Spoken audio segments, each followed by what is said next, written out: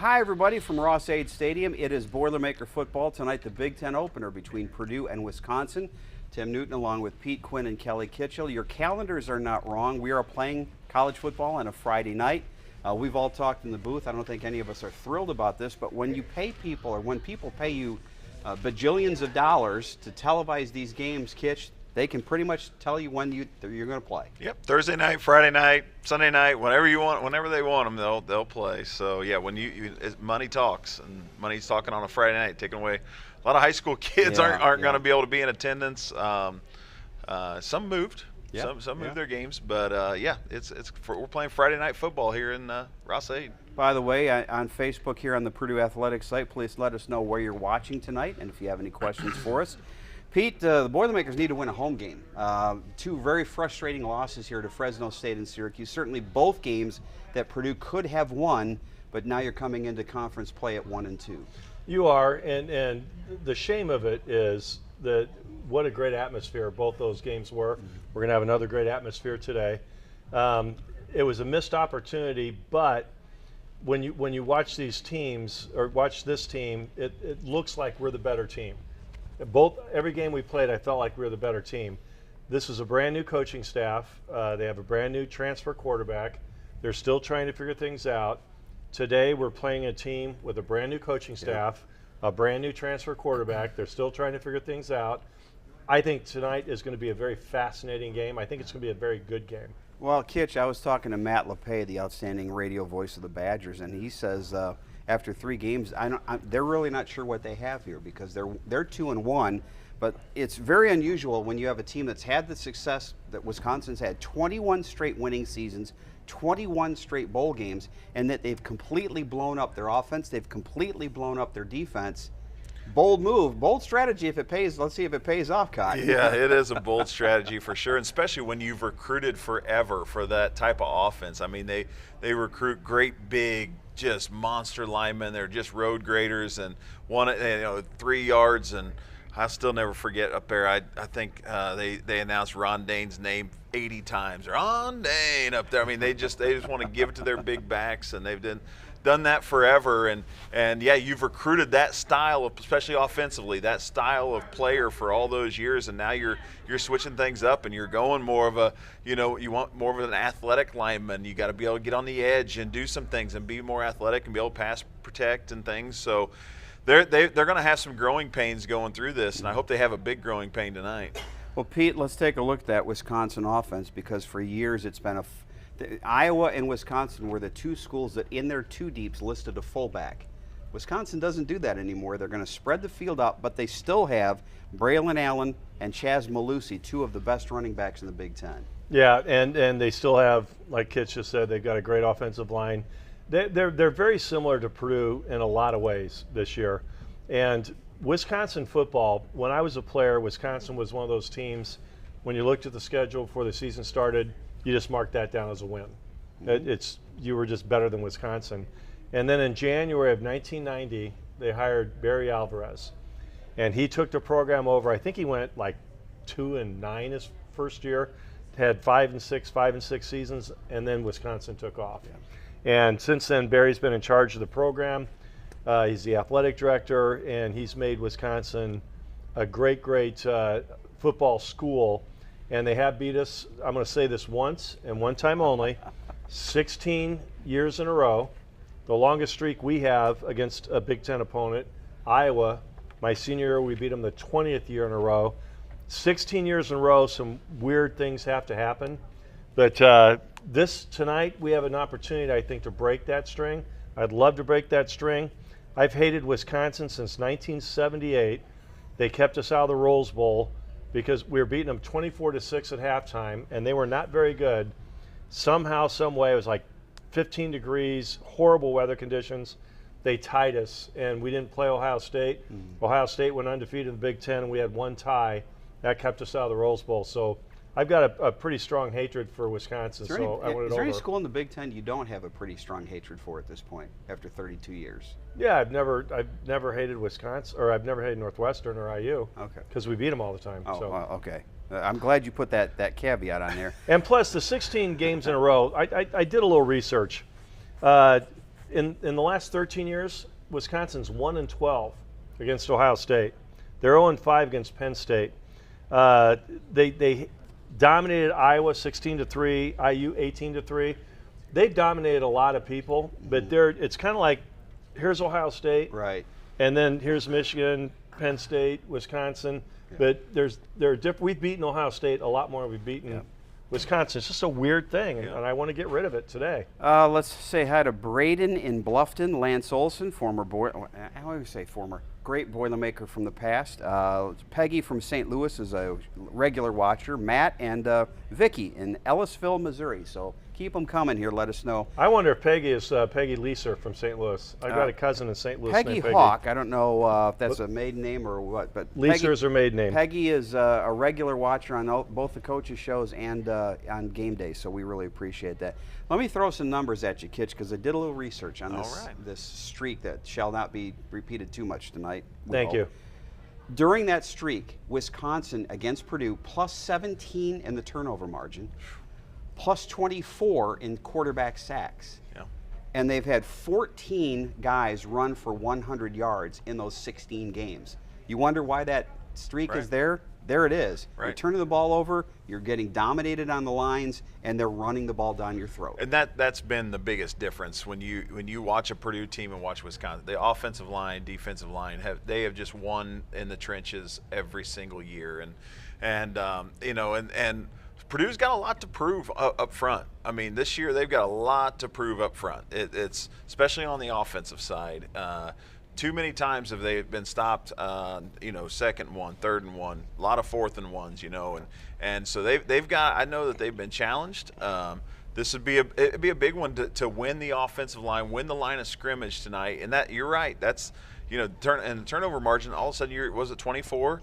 Plus 24 sacks, 17 turnovers. I mean, you give another team 17 more opportunities to score football, and it is almost impossible to win football games that way. By the way, Pete, we've solved the mystery. It is Peggy Durbin Hawk, HSSE graduate from '73, originally from South Bend. So, okay. Hi, Peggy. Thanks, glad Peg. to have you there. Hi, and Peggy. Chad is calling in from looking in from Lot W. Bill says close game in 2018. That was the double overtime game, and I think everyone in the stadium would agree when Purdue scored in the second overtime, go for 2 points, because you were not stopping Jonathan They were Taylor that night. exhausted. Absolutely not going to stop him. You just mentioned the short yardage situation, so I got some more numbers, and I'm going to credit Tom Dienhart for these. The Boilermakers this year in the red zone have averaged 2.5 yards per carry. They have had fourth down this year and run the ball 4 times on fourth down and netted 1 yard in those. And the other one, in third down and either 1 to 3 yards, Purdue is just 8 of 14 this season. Pete, those numbers have to change. You have to be able to convert short yardage in the Big Ten. And Coach Walters, to his credit, I think he's a very intelligent coach, and I think he's going to win a lot of games at Purdue. He made some comments this week. He goes, we have to understand what our strengths are, what our weaknesses are, and devise a game plan in those situations around the kids that we've got. And I agree with that. They were doing some things, and you and I, every time we got third and short and we go into shotgun, you and I just cringe. And not just Purdue, every team I watch. Yep. And so I think we're going to see, I can't wait for the first third and short to see what they do. Well, here's because it's not going to be same old, same old. I've been through those battles as a coach with teams that, all of a sudden we bring in heavy packages, we bring in an extra lineman, we bring in those things, and we've struggled on that. And over the years, we've learned just to run our offense, right? Because we're moving it all up and down the field, and we're doing things. And sometimes when you all of a sudden you bring in the heavy guys, you bring in all that stuff, it brings the defense all in as well. If you can spread them out and make them cover sideline to sideline, at least paying attention past the hashes and different things, you might be able to create some seams in there. So I agree. I'm really interested to see how that when we come to it, if they just go and run a regular play, keep the same formations out there instead of bringing in heavy packages. Kitch mentioned that defense. Last year it was John Torchio who did the Boilermakers in. He had a pick 6 in the first few minutes against Aiden O'Connell. Last week, Hunter Wohler, one of their safeties, Big Ten Defensive Player of the Week. He had 2 interceptions and 10 tackles in their win against Georgia Southern. Jim Leonard has been the defensive mastermind there for a while. Now it's a familiar name. Mike Tressel has taken over on that side. different package they have, but they're still pretty talented defensively. They are, and when Wisconsin announced they were letting Paul Chryst go, that to me was amazing. Paul Chryst won 72% of his games. He went 6-1 in bowl games. Wisconsin was rolling, and they decided to make a change, and I didn't understand it. And then when they made Jim Leonard the interim coach, I thought, well, I get that. Right. You know, Jim Leonard is a legend. He is a walk-on. There was a 3-time All-American and a great pro, and then they didn't keep him.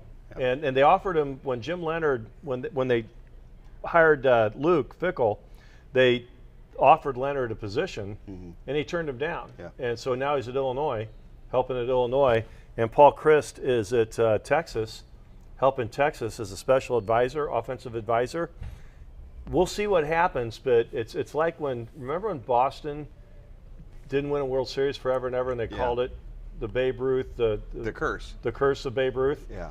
I'm wondering if Wisconsin didn't overthink themselves, because they had a great coach, they made a change, and Luke Fickell obviously is a great coach and was a great player. I remember him as a player. He started 50 games as a nose guard. Yeah. Never missed a game. Fickell is a great coach. But when you let a guy go that wins 72% of his games, it's going to be interesting to see how he does. We saw that in state here, Kitch, down at Indiana. Bill Mallory had pretty good success. Yeah. He didn't win enough.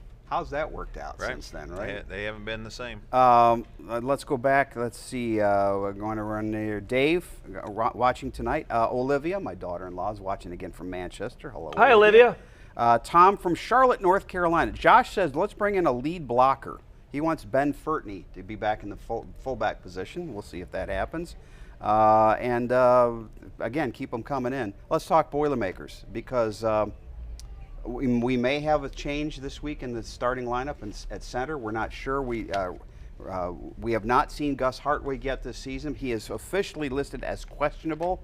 Last week he was officially listed as out. So as soon as we get finished with this, we're going to see if he's taking snaps with the quarterback down there, and it would be great to get Gus, the starting center, back in the lineup. I mean, Gus is I think he's a pro. I mean, I think he's a guy that if he can get his body correct, and I think that's why they're making sure that he's fully healthy before he comes back.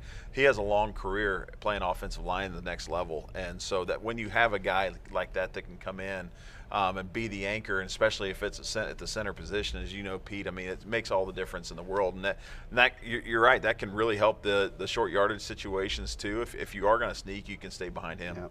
Well, and real quickly, Kallenberger's been playing well, and this is not taken away from him. He started the season injured as well. He's been solid, but if Gus does play, it'll be interesting to see if they slide Kallenberger over somewhere else. By the way, somebody who is not on the injury report today is Kadron Jenkins. Now, we saw him leave last week's game late in the first half with an injury. You would assume that means he's going to play tonight, because if he was going to be out or even questionable, he should be on the availability report. He was not on it, so we hope to see him out there tonight as well. We got a suggestion on here from Bill to throw to the tight ends, and that's been a pretty good idea here for the first few games. I think Max Clare, we had pretty high hopes for him coming in.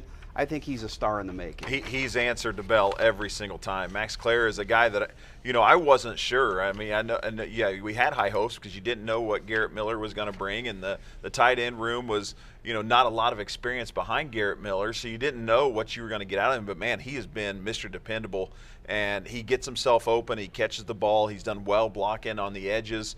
I think he's done a terrific job. And then if you can keep bringing Garrett's dynamic. Yep. I mean, we've seen him do unbelievable things with the ball in his hands, and he's a weapon that that can take it the distance when he has the ball in his hands. So you get all of a sudden you have two of them that you feel really good about. That's terrific. For a couple of years, we've heard about the promise of this Abdur-Rahman Yassin at wide receiver, and we've not seen it because he's not been able to stay healthy. Petey's healthy, and he had a career game last week, 10 catches, 114 yards against Syracuse. Yeah, I think Yassin is a perfect example of the number of this Purdue football team has a lot of playmakers on both sides of the ball. Yassin's one of them, but they've got Burke, and they've got, on both sides of the ball, they've got difference makers. And when you bring in a whole new coaching staff and you're trying to figure things out, You can see flashes of brilliance, and I think I mentioned this on our last show. I'll never forget Joe Tiller's first game when they got pounded by Toledo, and we were there watching that game, and you knew he's going to win a lot of football games, even though we lost big. You knew that's how I feel about Ryan Walters. You know they're going to win, and it's just a matter of it all coming together and everything happening. If we wouldn't have had the turnovers we had, and we had 7 fumbles, and we lost 3, and everybody says, well, we only lost 3. But a fumble's a fumble. That stops drives, and we did it in the red zone a lot. If we don't have those fumbles, we win going away from a very, very good Syracuse team. Well, let's talk about the turnovers, because for 2 weeks, Kitch, Purdue had 0 turnovers, one of 9 teams in the country. Last week, turned it over 4 times, but put the ball on the ground 7 times. On the flip side, Wisconsin had not forced a turnover in its first 2 games. It forced 6 last week, including 5 interceptions. Yeah, and I talked to Lamar Connard after the game, and he's our running backs coach, and I said, "You all right?" I mean, guys, I know he was frustrated afterwards. He goes, "That's not mock." He goes, he doesn't do that. He goes, he'll be fine. He goes, my goal. He goes, what I need to do is make sure he doesn't get so hard on himself, because he puts a lot of pressure on himself. He said, I guess got to keep him up and keep him to where he continues to have confidence in himself to keep doing what Mock does, right? Keep doing what Devin Mockbee does in the open field, but yet be able to protect the football. And he said he didn't seem concerned at all. He said we'll get it figured out. He goes, this was an eye opener for a lot of guys, and you know what was interesting in that game last week was at the beginning of the game, and I mentioned this on the broadcast, Purdue was the much more physical team. I mean, we came out just popping. I mean, every hit was a hard hit.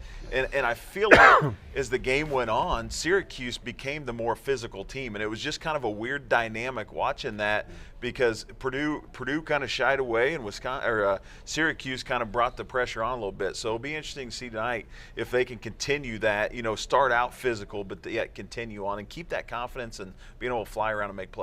One thing we will be watching tonight, particularly if the game is close, Ben Freehill is out tonight. The Boilermakers kicker is out with an injury, and that means that either Julio Macias or Caleb Crockover will be Purdue's field goal guy tonight. The other guy will do kickoffs.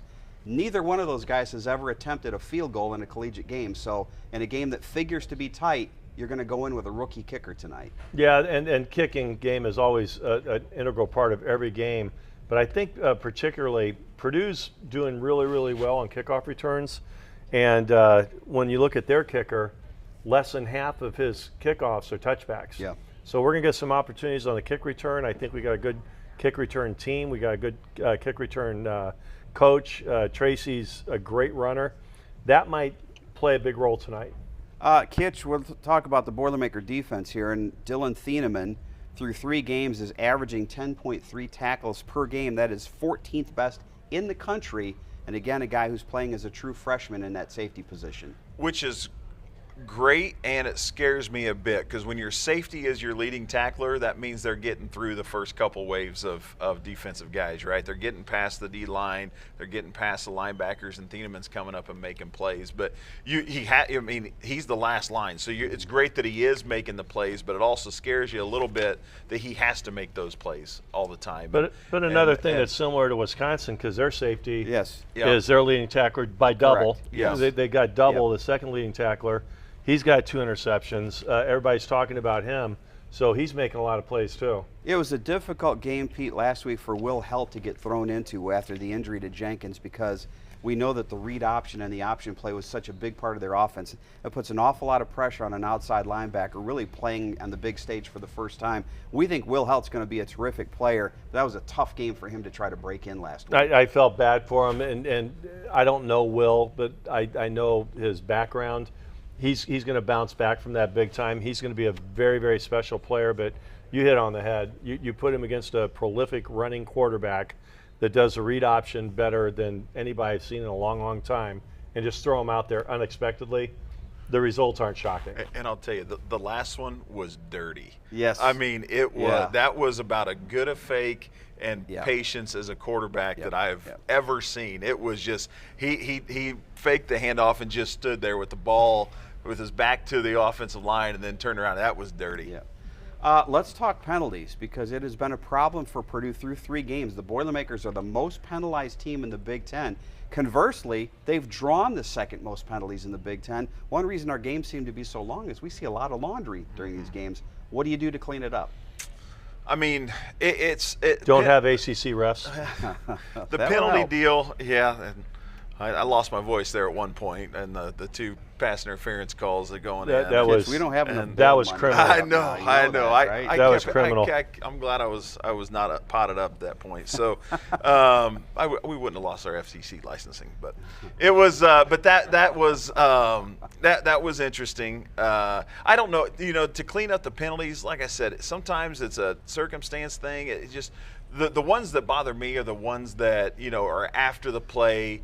Where you lose your cool, or you hit somebody, hit a quarterback late, extend drives. Those are the ones that drive me nuts. The aggressive ones, a lot of times, a lot of those are judgment calls, and sometimes they go for you, and sometimes they go against you. So sometimes on the penalty, it depends on the crew. It depends on a lot of things go into effect. So it's hard to really just clean that, practice to clean it up. It just there's a lot of circumstance that goes into that. Ryan Walters was asked about this earlier this week, and he said really the in-game, the penalties during the actual play itself aren't as concerning to him, because a lot of those are effort. Maybe a lineman gets beat and has to hold to protect the quarterback. It's the pre-snap and the post whistle penalties that are killers. And we haven't had a lot of those. Yeah. That's the penalties last week were, in my opinion, an outlier. I think we were talking after the first game. We did a great job. No turnovers and very few penalties. Last week was a bit of a travesty, and it wasn't.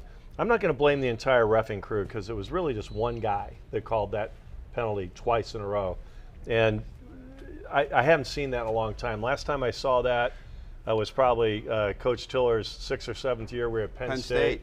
And literally, it's the only game in 32 seasons that I felt like the referees won the game for Penn State. Yeah. I didn't feel that way this way, because you can't have 7 fumbles and interception and be mad at the penalties. But there were some penalties you were scratching your head at. I don't think you'll see it tonight. I think you'll see a clean game. But I think it's ironic we're talking about this, because when Kyle Orton, we were playing him, we were ranked in the top 5, and Wisconsin was ranked in the top 5, and there's a ref right on the ball, and they tackle Orton by his face mask and whip him around. It would have been a first down, game's over, and they didn't call it. So the referees played a big role in that game. Here's my silver lining of the whole thing last week was we had 160 some yards in penalties. We put the ball on the ground a bunch. We had threw a pick, and we had a chance to win 5 minutes left. You have a chance to have a chance to win the game. Yeah. So that encourages me that this team can get things done if all of a sudden we clean some stuff up. So that's very encouraging. Hello to Mike. He's watching from Groton, Connecticut, which he tells us is the submarine capital of the world. I knew that. I'm going to take his word for it. Groton. Dennis has a question here. Why no outside containment on defense? I think probably looking back to last week with that option play, first of all, they're really good at the option, but I think, Pete, we talked about the inexperience of Will Helt at times. I think that was exposed in a couple of things. And again, it's a defense that's learning to adapt to this new system under Kevin Kane. Exactly, and they're going to get better, but they made huge progress on both sides of the ball between week 1 and week 2. They made a little bit of progress between 2 and 3. They just have to keep doing that. Yeah. And they're going to get more and more comfortable with the system. We've got players that can play. I think we have a lot of players that are going to play on Sundays. We've got talent. I think we got a great coaching staff. Things are going to come together. So I don't want anybody to push the panic button. Mm-hmm. They're going to win it. And people ask me how many games we're going to win. I don't know. Yeah. But I know at some point we're going to start winning a lot of football games. Hopefully it starts tonight. By the way, the weather tonight is supposed to be perfect. No chance of rain. Temperature probably in the upper 70s at kickoff, but it'll be mid-60s by the time we finish. So that's not a problem. Ben from West Palm Beach, Florida, where I'm sure they're having great weather, says that's a good thing. Also, next week's homecoming game, 3:30 kickoff. So it's a 3:30 kickoff next week for Purdue against Illinois. All right, Mr. Quinn, it is your first picks to click on both the offense and defense tonight. Well, I'll tell you what. I made a couple of comments last week about Hudson, our quarterback, and I said he just seems a little off. And then I looked at his numbers. He wasn't off. Hudson got blindsided a couple times. He put the ball on the ground, but Hudson is really getting comfortable with this team, with this system. I think he's going to have a prolific game tonight. So I'm going to take our quarterback on the front, and I think I'm going to go with Octavius on defense. Mr. Brothers, OC Brothers. By the way, his real name's Octavius, and he is a junior. His dad's name's Octavius. OC's the first 2 letters in Octavius. That's where he got his nickname. But OC's really impressed me this year, and he's a playmaker, and he's all over the field, and he has not had a bad game. And I think tonight he's going to be my pick to be the star. All right, Kitch. I'm going to go, we talked about him earlier, Max Clare. I think he's a guy that can get us first downs. I think he's one that when you put the ball into his hands, he's going to make positive plays. He's made some spectacular plays as well. We've seen some great catches. I'm going to go Max Clare on offense. Defense, it's tougher for me tonight. There's a lot of guys that I'm wanting a lot of good things out of. But, this is a Wisconsin team that they're not a 3 yards in a cloud of dust like they have been in the past. So I think Nick Scorton's going to have an opportunity to get a pass rush, get back there, and get a quarterback sack or 2. By the way, before I give you mine, David from Huddleston is watching, as well as Jason from South Bend. So thanks for tuning in tonight. Offensively, I am going to go with Tyrone Tracy. Tyrone Tracy has scored a touchdown in each of the first 3. How about 4? And one of you mentioned the kickoffs. Yep. Maybe a kick return again tonight. He's going to have an opportunity. Special teams could be a thing. And then Sanusi Kane. Sanusi's been playing with a cast the first 3 weeks. He got the cast off. I don't know how he'll be bandaged up, but I think he's going to be a little bit more mobile with that hand. I think Sanusi Kane has a big night tonight for Purdue. If the 6 players we just mentioned have great games, Purdue wins. All right, we thank you for tuning in tonight. Again, we'll be here next week, 2 o'clock Eastern, for our pre-homecoming show. Our broadcast will start at 2:30 and then the kickoff at 3:30. For Callie Kitchell, for Pete Quinn, I'm Tim Newton. Still have a few tickets available. Come on out. Perfect night for football here at Ross-Ade. Boiler up. Hammer down, baby.